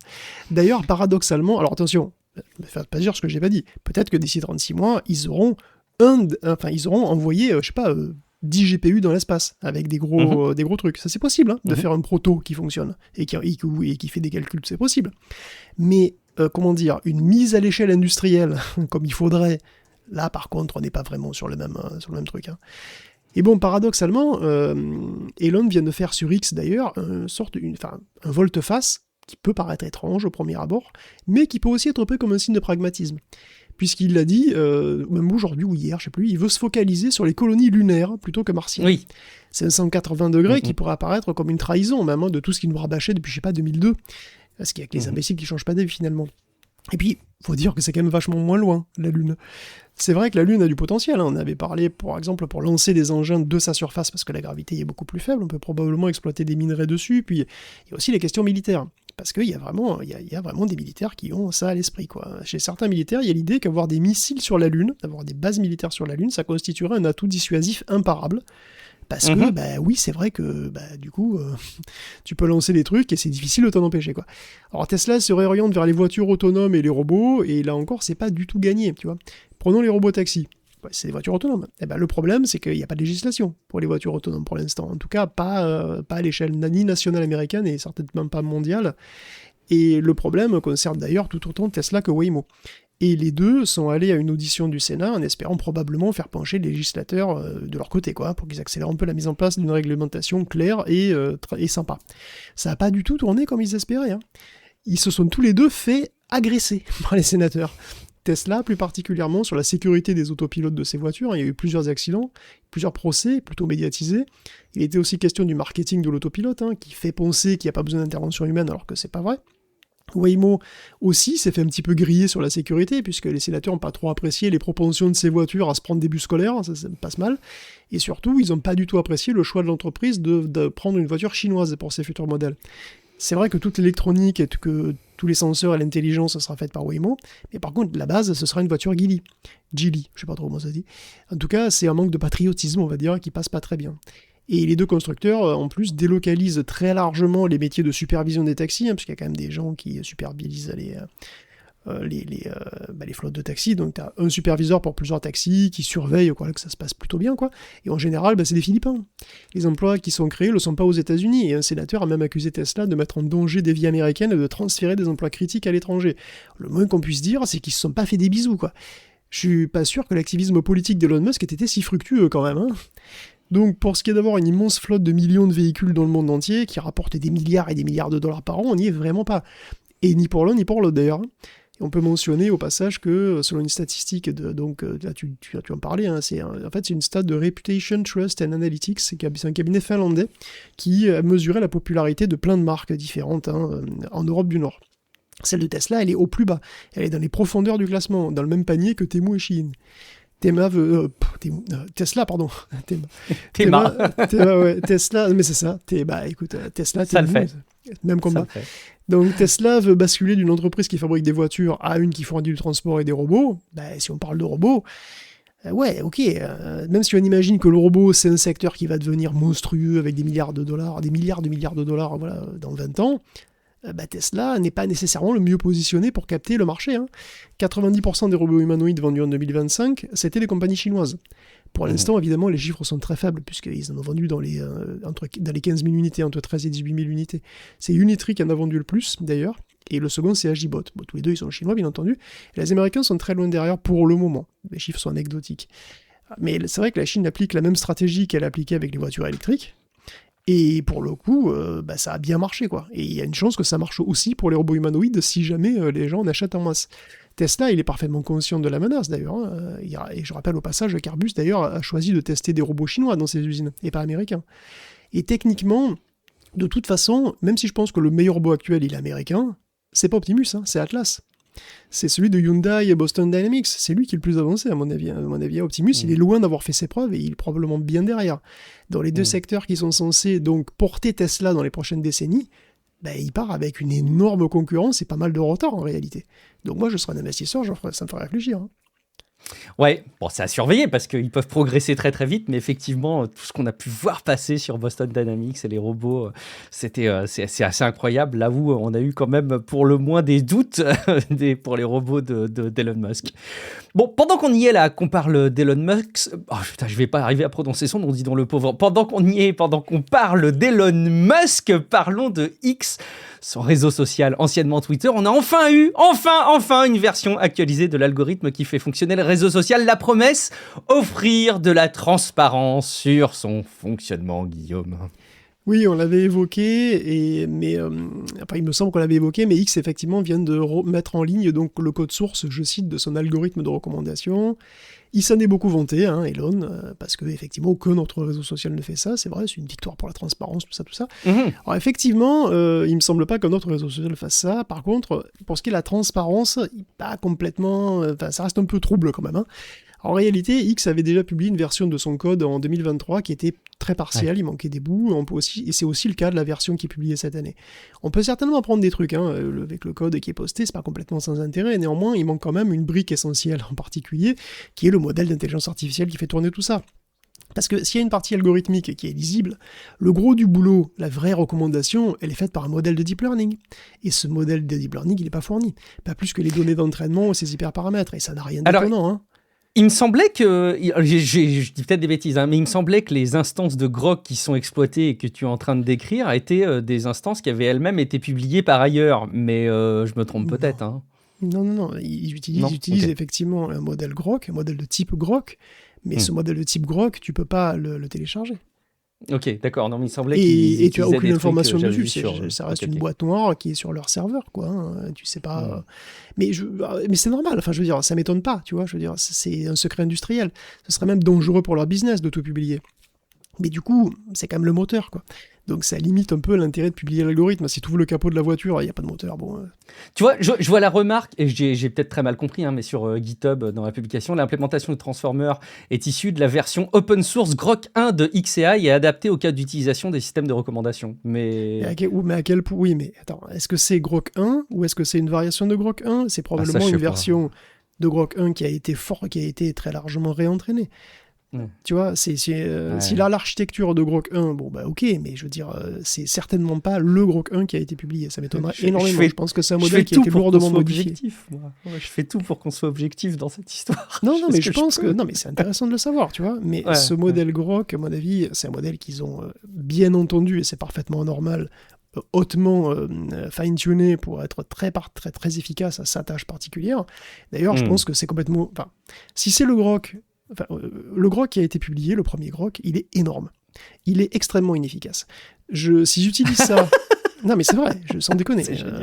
Par rapport au modèle qu'on fait aujourd'hui, si tu veux, ce Grok, c'était un mélange expert énorme qui prenait énormément de mémoire et très honnêtement, pour les standards actuels, il est excessivement inefficace.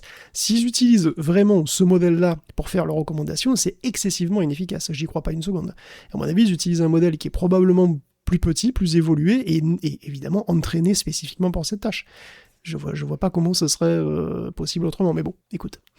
En tous les 314 milliards de paramètres, si je dis pas de bêtises. Mais c'est beaucoup trop gros pour faire de la reco, je pense. Vraiment, je pense que c'est complètement... c'est un LLM complet qui est capable de faire un chatbot et de programmer des Tetris en C. Ça n'a aucun sens. Enfin, je veux dire, on peut pas faire. Non, ça sert à rien. Ok. Ça marche. Donc, écoute, très bien, tant pis pour la transparence en tout cas, mais au moins il en a eu le discours. Il faut pas, je veux dire, ils ont publié des trucs, c'est quand même tout à leur honneur pour le coup, tu vois. Ils en ont plus publié que beaucoup de concurrents. Voilà, c'est ça, mais il faut pas croire qu'on sait tout et que non. Et d'ailleurs, je pense même que il y a même une opacité inhérente au nouveau système de recommandation qui est le fait que de toute façon, même les ingénieurs de chez X ou de chez TikTok ne savent probablement pas exactement comment ça fonctionne. C'est parce que ça reste des boîtes noires, même pour eux, tu vois. Bien sûr. Donc bon. Bon, on parle de réseaux sociaux, on parle d'algorithmes, tu parles de TikTok, c'est parfait. On va vous en parler un petit peu de TikTok, qui a priori, alors si vous n'arrivez pas à décrocher de TikTok, c'est normal, vous n'êtes pas les seuls. Il y a le scrolling de vidéos infini, il y a le lancement automatique des vidéos, les contenus qui vous passionnent forcément. Quoi que vous aimiez dans la vie, vous lancez TikTok, il y a des trucs qui vont vous correspondre. Certains, je le sais, n'osent même pas aller sur TikTok de peur d'être incapable de décrocher. Et ça, aux yeux de l'Union européenne, ça pose souci, Guillaume. Ouais, les législateurs de l'UE ont parlé et ils ont déclaré que oui, c'est addictif TikTok. Notamment le scroll infini, l'autoplay, les notifications push, voilà, tout ça. Ça pourrait violer le Digital Service Act, tout ça, ce qui peut te valoir une amende de 6% de ton chiffre d'affaires mondial, si vraiment tu es reconnu coupable et que tu résous pas le problème.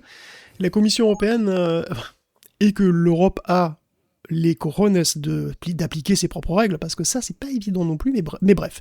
La Commission européenne accuse l'App d'avoir induit des comportements compulsifs via son algorithme de recommandation qui pousse le cerveau des utilisateurs en mode pilote automatique, je cite, en les récompensant constamment. Et alors, voilà, selon des études scientifiques, ça nuit à la santé mentale et physique des gens. J'allais dire des jeunes, mais en fait, des gens. Des gens, oui, des gens. Ouais. Exactement. Malgré des contrôles parentaux et des fonctionnalités de temps d'écran existants, la commission affirme qu'ils sont insuffisants et demande à TikTok de limiter le scroll infini et de reconfigurer son algo pour prévenir les dommages, tout en recommandant des mesures de protection renforcées. Voilà, tout ça, c'est très protocolaire. Évidemment, TikTok n'est pas d'accord, et il a d'ailleurs une chance de se défendre, de présenter des contre-arguments avant que l'affaire soit close. Évidemment, s'il est vraiment reconnu coupable, TikTok pourrait devoir changer de manière significative, parce que c'est quand même au centre du truc, le scroll infini, tout ça, c'est au centre de TikTok. Ah bah oui. Donc il pourrait changer assez profondément, et peut-être pour le meilleur, écoute. On verra, on le suivra ensemble. Et finalement, Google qui pourrait bien être obligé de se séparer, finalement, de se séparer de Chrome. Bon, c'est pas encore fait, évidemment, mais le jugement qui avait été prononcé il y a quelques mois au sujet de Google va faire l'objet d'un appel et ça remet en question l'ensemble des arbitrages des juges, Guillaume. Oui, mais c'est là, il n'y a pas un appel, il y en a deux, là. Oui, il y a un crossover d'appels. C'est un cross-appel. Vous vous souvenez sans doute que le département de la justice américaine avait attaqué Google en antitrust. Un procès fleuve et spectaculaire qui aboutit à des mesures qui le sont beaucoup moins. Notamment, le juge Amit Mehta avait imposé de partager les données de recherche avec les concurrents et il avait interdit les accords exclusifs pour les produits de recherche ou d'IA. Par contre, Google n'avait pas eu à se séparer ni de Chrome ni d'Android. Alors évidemment, pour le département de la justice, c'est pas assez, mais pour Google, c'est trop. Donc aucun des deux n'est content, et donc ils font tous les deux appel. C'est un cross-appeal, c'est rigolo. Cross-appeal. Ça a dû déjà arriver plein de fois, mais bon, la première fois que je vois ça. Google a aussi son recours donc en septembre en 2025, on en avait parlé, il avait demandé une pause sur les mesures imposées. Et le Department of Justice a déclaré qu'il allait faire appel, lui, surtout sur la décision du juge, mais aussi sur les mesures prises contre Google, sur les rémédiations, tout. Donc c'est reparti. On rejoue. En gros, on refait complètement le match, quoi. C'est exactement ça. Donc c'est reparti, et l'issue est donc, elle est complètement aléatoire. Vraiment, on n'a aucune idée. On aura peut-être des mesures plus sévères pour Google, c'est possible. On aura peut-être des mesures moins sévères pour Google. On n'aura peut-être aucune mesure du tout. On n'en a aucune idée. Après, c'est dommage parce que quand je vois à quel point les deux parties sont insatisfaites, je me dis que finalement la décision était très bonne. Je veux dire, on ne dit pas que l'issue d'une négociation est équilibrée si aucun des deux parties n'est content.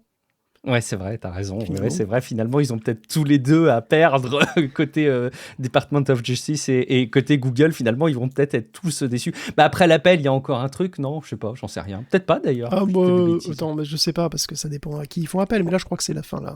Pour Google, c'est fini. Ouais, après, ce sera terminé après. Bon, c'est bien, on a encore des choses à relayer, c'est cool. On termine avec une petite section jeux vidéo. Cette fois-ci, c'est juré, craché, GTA 6 arrivera bien cette année 2026. Et même, plus que ça, les pubs pour GTA 6 arriveront dès cet été. Et puis en plus, il aura un label, ce jeu, j'imagine. Un label 100% bio, développé sans IA générative, Guillaume. Ouais, c'est exactement ça. GTA 6 sortira bien le 19 novembre cette année, parce que comme la campagne de pub est réglée pour ça, que ça va être une grosse machine, je pense effectivement que là, on est bon, quoi. Et oui, il y avait un doute sur les versions physiques, parce qu'ils avaient envisagé, je crois, de sortir quand dématérialisé au début. Finalement, non, il y aura des versions physiques pour toutes les consoles, donc tout va bien. Alors, à moins que, donc il va sortir, hein, c'est tous vos revendeurs préférés, à moins que les jeux vidéo ne soient interdits d'ici là par le gouvernement français. Oui. Oh mon Dieu! Aïe, aïe, aïe, aïe, Oh là là, et oui, ça a fait beaucoup parler, ça a été beaucoup commenté sur Internet ces derniers jours, suite à l'attaque au couteau d'une professeure au collège à Sanary-sur-Mer. Les jeux vidéo ont bien évidemment une nouvelle fois été mis en cause, hein, comme d'hab. Et bien évidemment, Emmanuel Macron, il a fallu qu'il parle sur le sujet, il a été interpellé, il faut dire, hein, et donc il a répondu de manière très politique, en réalité, puisqu'il a commencé, heureusement, par faire la différence entre les jeux vidéo qui sont violents et ceux qui ne le sont pas, parce que bon, effectivement, il y a Tetris aussi, et puis Candy Crush, quoi. Et évidemment, il y a des jeux vidéo qui sont violents, et il a dit, et c'est aussi tout à fait raisonnable, que les jeunes enfants ne devraient pas être exposés à des jeux vidéo qui n'étaient pas de leur âge. Ouais, la palissade, quoi. Non, mais c'est vrai, je veux dire, Fortnite, l'exemple de Fortnite est beaucoup revenu. Mais bon, voilà, c'est une banalité. Hein. Il y a un système de classement des jeux vidéo depuis toujours en Europe, hein, ça s'appelle le système PEGI. Pas exactement depuis toujours, mais il est arrivé il y a un bon moment c'est quand vrai, même. Mais ça fait un moment, voilà, ça fait un moment. Voilà. Ça fait un moment, et donc PEGI, qu'est-ce qu'elle nous dit, PEGI? PEGI, elle nous dit que Fortnite, c'est interdit au moins de 12 ans, en vrai. Il nous dit que GTA 5, sans surprise, c'est PEGI 18, hein, c'est interdit au moins de 18 ans. Silent Hill aussi, étonnamment, c'est interdit au moins de 18 ans. Et donc, il y en a, je ne sais plus qui était moins de 16, bon, je ne sais plus. Ah oui, Elden Ring était moins de 16. Elden Ring, normalement, c'est interdit au moins de 16 ans. Donc, qu'un gamin de 6 ans ne doive pas jouer à Fortnite, qu'un gamin de 12 ans ne doive pas jouer à GTA 5, oui, c'est des banalités, quoi. Je veux dire, effectivement, c'est marqué sur la boîte. Par contre, il faut que ce soit appliqué, il faut que les parents encadrent leurs enfants et qu'ils ne soient pas exposés à des contenus violents, comme sur n'importe quel autre média, il faut quand même bien l'avouer. Alors Macron est allé un peu plus loin en invoquant la science. Il a dit qu'il voulait... passage, je voudrais juste revenir sur ce PEGI. On parle toujours d'interdiction. C'est pas une interdiction, hein. Il n'y a pas d'interdiction d'y jouer, pas d'interdiction d'y vendre. C'est un point de repère, justement, comme tu le dis, informatif et à vertu d'accompagnement pédagogique, pour justement permettre aux parents d'arbitrer. C'est pas une interdiction du tout. Je suis pas sûr qu'un détaillant de jeux vidéo soit autorisé à donner GTA 5 à un gamin qui a visiblement 12 ans. Hein. Alors j'irai vérifier et on ira se faire un petit hein. follow-up sur le sujet, mais je suis absolument certain. Enfin, je suis très fortement convaincu que ce n'est pas une interdiction de vente, mais que c'est une recommandation d'usage, les PEGI en France. Alors, peut-être que c'est différent dans d'autres pays. En tout cas, on vérifiera, Guillaume, parce que je trouve que le point est intéressant. Okay. Mais il me semble vraiment que c'est des recommandations d'âge, comme c'est le cas d'ailleurs pour les films, les séries et plein d'autres contenus. Ce qui est interdit, c'est les consultations de certains films au-delà de certains âges au cinéma. Je crois que j'en avais parlé dans le podcast précédemment. Et d'ailleurs, les cinémas peuvent être mis en cause si jamais... on constate qu'il y a des personnes en dessous de l'âge, si jamais c'est interdit au moins de 12 ans. Par exemple, c'était le cas du film d'Orelsan qui était sorti. Mais il ne me semble pas que ce soit une interdiction à la vente. Mais bon, en tout cas, on vérifiera ce point. Mais effectivement, tu as raison, ce qui est quand même très important dans cette histoire et peut-être encore plus important, c'est ce rôle de la science, Guillaume. C'est vrai, il a raison, Emmanuel Macron, enfin. Il faut qu'on écoute les scientifiques. Et puis, ils n'ont jamais parlé à ce sujet, la violence dans les jeux vidéo, Guillaume. Non, jamais.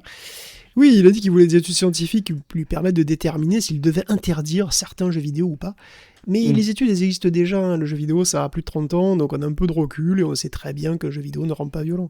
Correctement encadré et sans excès, parce qu'il n'y a pas non plus question d'y passer 8 heures par jour, hein. Le jeu vidéo n'a pas d'impact néfaste sur des enfants équilibrés. Et je me souviens même d'avoir mentionné un numéro du magazine Epsilon il y a quelques années de ça, quelques années, puisque je l'ai retrouvé, c'est celui de mars 2023, pour être précis. Et bon, voilà, c'est un magazine qui cite plusieurs études à l'appui, qui conclut donc plusieurs études à l'appui que génération jeux vidéo, en fait, tout va bien. Voilà, c'est comme ça qu'ils titrent le truc. Il n'y a pas de lien entre jeux vidéo et violence. La dépendance, ça reste un phénomène qui est très rare. Les joueurs ne sont même pas forcément plus sédentaires. Et il y a même des effets positifs qui ont été notés. Hein. Par exemple, plus grande flexibilité mentale, plus grande mémoire de travail, meilleure concentration, meilleure orientation dans l'espace, attention plus efficace. Évidemment, ça dépend à quoi on joue et à qui. Voilà, ça dépend de l'usage aussi, mais écoute, c'est aussi un vecteur de sociabilité. Ça peut être un vecteur d'associabilité, ça peut aussi être un vecteur de sociabilité, hein, un jeu vidéo. C'est parfois des sociabilités un peu différentes d'ailleurs, mais bon, voilà. Donc, si Macron demande des études, déjà il y en a, beaucoup. Et puis, s'il veut en faire d'autres, elles aboutiront, si elles sont sérieuses, exactement au même résultat. C'est un peu le truc de la science. Comme avec le cinéma, la télé ou les livres, quel que soit le média, c'est une question d'accompagnement et d'encadrement, quoi. La science a déjà largement parlé sur le sujet. Il y a même des méta-analyses. Il y a Clément Viktorovitch qui a pris la parole et qui a pas mal détaillé le sujet. Il a repartagé un certain nombre d'études. C'est marrant parce qu'il y a même des études qui montreraient que c'est significatif. C'est pas significatif, mais s'il y avait même une conclusion à tirer, c'est qu'on pourrait même associer une baisse de la violence avec la sortie des jeux violents. Bon, évidemment, c'est pas significatif du tout. Mais... Ouais, c'était un effet cathartique en fait. C'est-à-dire que tu peux effectivement te lâcher un peu dans un jeu vidéo et après ça va, t'es plus calme quoi. Mais c'est toujours pareil, c'est une question de qui joue à quoi, comment et combien de temps et voilà. Mais c'est juste beaucoup plus compliqué évidemment que il joue à Doom, il va aller tuer ses camarades. Enfin, je veux dire, bon, bref. Mais c'est vrai que c'est typiquement Emmanuel Macron que d'affirmer un truc, il dit ça c'est sûr en évoquant le bon sens et après il dit bon on va quand même demander à la science sans avoir vérifié avant alors qu'il y a déjà le boulot qui a été fait. Allez, si vous avez une console Nintendo Switch à la maison, vous faites partie de celles et ceux qui ont la seconde console la plus vendue depuis toujours derrière la PlayStation 2. On fait le point sur les ventes de consoles. La Switch vient de battre son propre record d'ailleurs avec 155,37 millions d'unités vendues, soit plus que la DS. Ce qui en fait la deuxième console de jeux vidéo la plus vendue de tous les temps après la PS2. La Switch 2 a du chemin à faire du coup, mais bon, elle va pas trop mal avec 15 millions quand même d'unités vendues jusqu'à fin décembre dernier. Donc Nintendo, ça va très bien, ça vend des consoles par brouette entière. Et c'est pas trop le cas de Xbox. Voilà. Donc Microsoft avait probablement dans l'idée de lancer sa nouvelle console, entre guillemets, parce que bon, il s'agirait essentiellement d'un PC bien carrossé, quoi.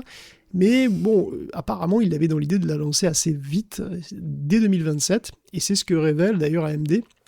AMD qui est lui-même chaud bouillant d'ailleurs, parce que lui il est tout prêt.